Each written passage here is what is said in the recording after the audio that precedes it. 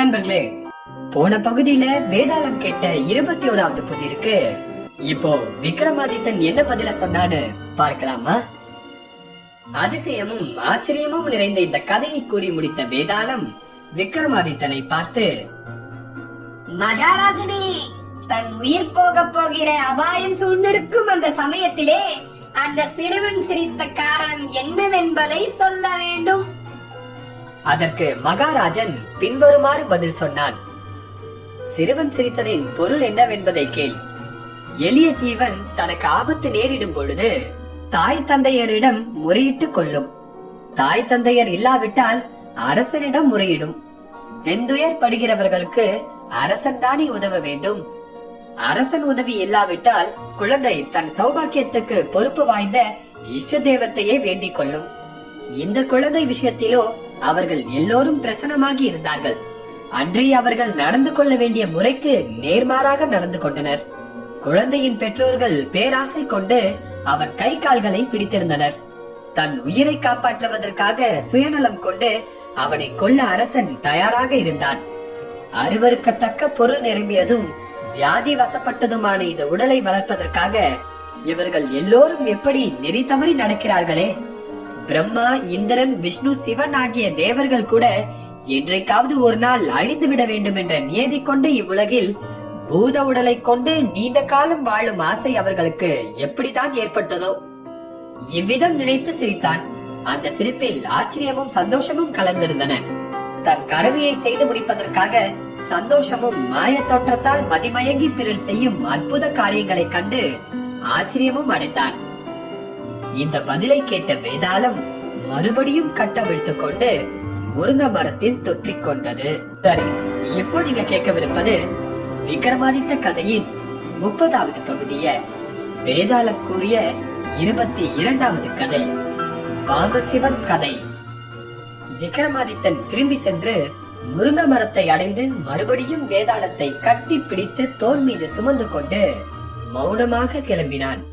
அப்போது வேதாளம், மகாராஜனே, உனக்கு ஏற்படும் வசதியை போக்க ஒரு கதை கூறுகிறேன் கேள் என்று சொல்ல ஆரம்பித்தது. கலிங்க தேசத்திலே சோமவதி என்ற ஒரு பட்டணம் இருக்கிறது. தர்மவான்கள் வசிக்கும் இந்திர பட்டணம் போன்றது அது.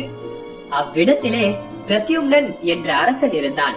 அவன் வீரம், சக்தி எல்லாம் அடைந்திருந்தான். அந்த நகரத்தின் ஒரு பகுதி யஜ்ஜஸ்தலம் என்ற பிரம்மதேயமாக விடப்பட்டிருந்தது. அதிலே அந்தணர்கள் பலர் குடியேறி இருந்தார்கள். அவர்களுள் யஜ்ஜமோகன் என்று ஒருவன் இருந்தான். அவன் வேதங்களை நன்றாக ஓதியவன், பொருட்செல்வமும் பெற்றிருந்தான். அவன் மனைவியும் அவனுக்கு சகல விதங்களிலும் ஏற்றவள். யவனம் நீங்கிய பிறகு 100 நோன்பு இருந்து அவனுக்கு ஒரு குழந்தை பிறந்தது. அவனுக்கு தேவசோமன் என்று பெயரிட்டனர். நல்ல அறிவாளியாக இருந்த பையன் பிற்காலத்தில் பேரும் புகழும் பெற்று அறிஞனாகவே விளங்குவான் என்று யாவரும் நினைத்தனர். 16 வயதுக்குள் அவன் தன் அறிவாலும் பவ்யத்தாலும் எல்லோரையும் மனக்குளர செய்தான்.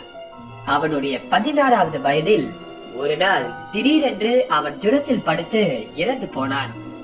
யஜ்ஜசோமனும் அவன் மனைவியும் பிள்ளையின் மீது உள்ள அன்பாலும் வாஞ்சையாலும் பிணத்தை கட்டி கொண்டு அழுதார்கள். தகனத்துக்கு அதை எடுத்து போக அனுமதிக்காமல் நீண்ட நேரம் தடுத்து வந்தார்கள். பிறகு வயது முதிர்ந்தவர்கள் ஒன்று கூடி அவனை தேற்றி புத்தி கூறினார்கள். இந்த வாழ்க்கை நீர்மேல் குமிழி போன்றது என்பது உனக்கு தெரியாதா? இதற்கு மேல் இவ்வுலகத்திலே எத்தனையோ மணிமுடி மன்னர்கள் ஆண்டு வந்தார்களே. அவர்கள் சதுரங்க சேனையுடன் உலக வாழ்க்கையை சாஸ்வதமாக மதித்து சகல சுகபோகங்களுடனும் ஆண்டு வந்தார்களே.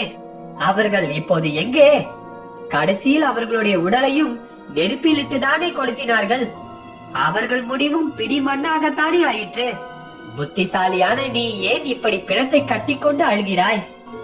கடைசியாக மிகுந்த சிரமத்தின் மேல் உற்றார் உறவினர் அவனை பிள்ளையின் சடலத்திலிருந்து பிரித்தார்கள். அப்பால் பலர் சூழ்ந்து வர ஒரே அழுகையும் கூக்குரலும் ஒலிக்க கண்ணீர் வடித்துக் கொண்டு அதை சுமந்து சுடுகாட்டிற்கு கிளம்பினார்கள். அந்த சமயத்திலே அந்த சுடுகாட்டில் பாசுபத துறவி ஒருவன் வசித்து வந்தான். வயோதிகனான அவனுக்கு மந்திர சக்தி கிட்டியிருந்தது. அங்கே ஒரு குடிசை கட்டி அதில் வாழ்ந்து வந்தான். மூப்பினாலும் ஓயாமல் விரதம் அனுஷ்டித்து வந்ததாலும் அவன் உடல் முழுவதும் அவன் வெந்நீர் பூசியிருந்தான். சடைமுடி மின்னல் போல மஞ்சளாக மின்னியது. பார்வைக்கு சிவனைப் போலவே தோன்றினான். தூரத்தில் அழுகையை கேட்டதும் அவன் தன்னுடன் இருந்த சிஷ்யனை அழைத்து, இதுவரையில் கேட்டிராத இப்பெரும் கூச்சல் எப்படி உண்டாகிறது பார்த்து வா என்று கட்டளையிட்டான். அந்த சீடன் ஒரு முட்டாள், போக்கிரி, அகம்பாவம் பிடித்தவன். தவம் செய்து அதனால் கிட்டிய சித்தியிலே பெருமிதம் கொண்டு மமதை பிடித்தவன். அதற்கு சற்று முன்னதாக குரு அவனை கோபித்துக் கொண்டதால் மனம் கலங்கி ஆத்திரம் அடைந்திருந்தான். ஆகவே துறவி இவ்விதம் உத்தரவு போட்டதும், என் பிஷா வேலை கடந்து போகிறது, என்னால் போக முடியாது, ஆகவே நீங்களே போய் பாருங்கள் என்று பதில் கூறிவிட்டான். அதை கேட்ட துறவி, அட முட்டாளே, இன்னும் பாதி ஜாமம் பொழுது ஆகவில்லை, அதற்குள் பிஷா வேலை எப்படி வரும், போய் பார்த்து வா என்றான். அதை கேட்ட சீடனுக்கு கோபம் வந்துவிட்டது. கிழமே, இனி நான் உன் மாணவன் அல்ல, நீயும் என் ஆசிரியன் அல்ல. நான் போகிறேன், நீயே உன் கமண்டலத்தை சுமந்து செல் என்று சொல்லி கமண்டலத்தை அவன் எதிரில் வைத்துவிட்டு போய்விட்டான். அதன் மீது துறவி தன் குடிசையை விட்டு கிளம்பி தேவசோமனை எரிப்பதற்காக கொண்டிருந்த இடத்தை அடைந்தான். அவன் உடலை கண்ட துறவி உடனே நரைத்திரையால் மெலிந்த தன் உடலை துறந்து மாய சக்தியால் இளைஞன் தேகத்தில் கூடுவிட்டு கூடு பாய்வதென தீர்மானித்தான். ஆகவே அவன் சட்டென்று பக்கத்தில் சென்று உறக்க வாய்விட்டு அழுதான். பிறகு துள்ளி குதித்து கூத்தாடினான். மறுபடியும் இளமையை அடைய வேண்டும் என்ற ஆசையினால் அவன் தன் உடலை விட்டு மந்திர சக்தியால் தேவசோமன் தேகத்துக்குள் புகுந்தான். அதனால் சிதையில் வைக்க தயாராக இருந்த தேவசோமன் உயிர் பெற்று கொட்டாவி விட்டுக் கொண்டு எழுந்தான். அதை கண்ட உற்றார் உறவினர், ஆஹா, பிழைத்து விட்டான், பிழைத்து விட்டான் என்று ஆனந்த கூச்சலிட்டார்கள். மகா மந்திரவாதியான அந்த துறவி அந்த இளைஞனுடைய உடலை அடைந்ததும் தன் விரதங்களை துறக்க விரும்பவில்லை. ஆகவே பக்கத்தில் இருந்தவர்களிடம், இப்போது நான் உயிர் துறந்து மறு உலகம் சென்றேன். சிவபெருமானே உயிரை மறுபடியும் அளித்து பாசுபத துறவியின் விரதங்களை மேற்கொள்ள வேண்டும் என்று உத்தரவிட்டு இவ்விடம் அனுப்பி வைத்திருக்கிறார்.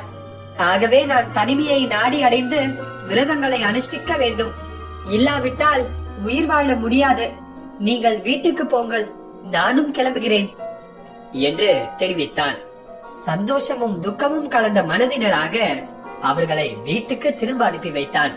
பிறகு தன் பழைய உடலை ஒரு பள்ளத்தில் தூக்கி எறிந்துவிட்டு இளமை வாய்ந்த சரீரத்துடன் வெளிக்கிளம்பினான் துறவி. இவ்விதம் நள்ளிரவில் நடுவழியில் கதை சொல்லி முடித்த வேதாளம் விக்ரமாதித்தனை பார்த்து, மகாராஜனே, கூடு விட்டு கூடு பாயும் போது அந்த துறவி முதலில் எதற்காக அழுதான், பிறகு எதற்காக சிரித்து கூத்தாடினான் என்று கேட்டது. நண்பர்களே, இப்போ நீங்க தாங்க சொல்லணும். அந்த மந்திரவாதி எதற்காக சிரிச்சா, எதற்காக அழுதா? பதில் தெரிஞ்சா சொல்லுங்க. விக்ரமாதித்தனோட பதில நான் அடுத்த பாகத்துல சொல்றேன்.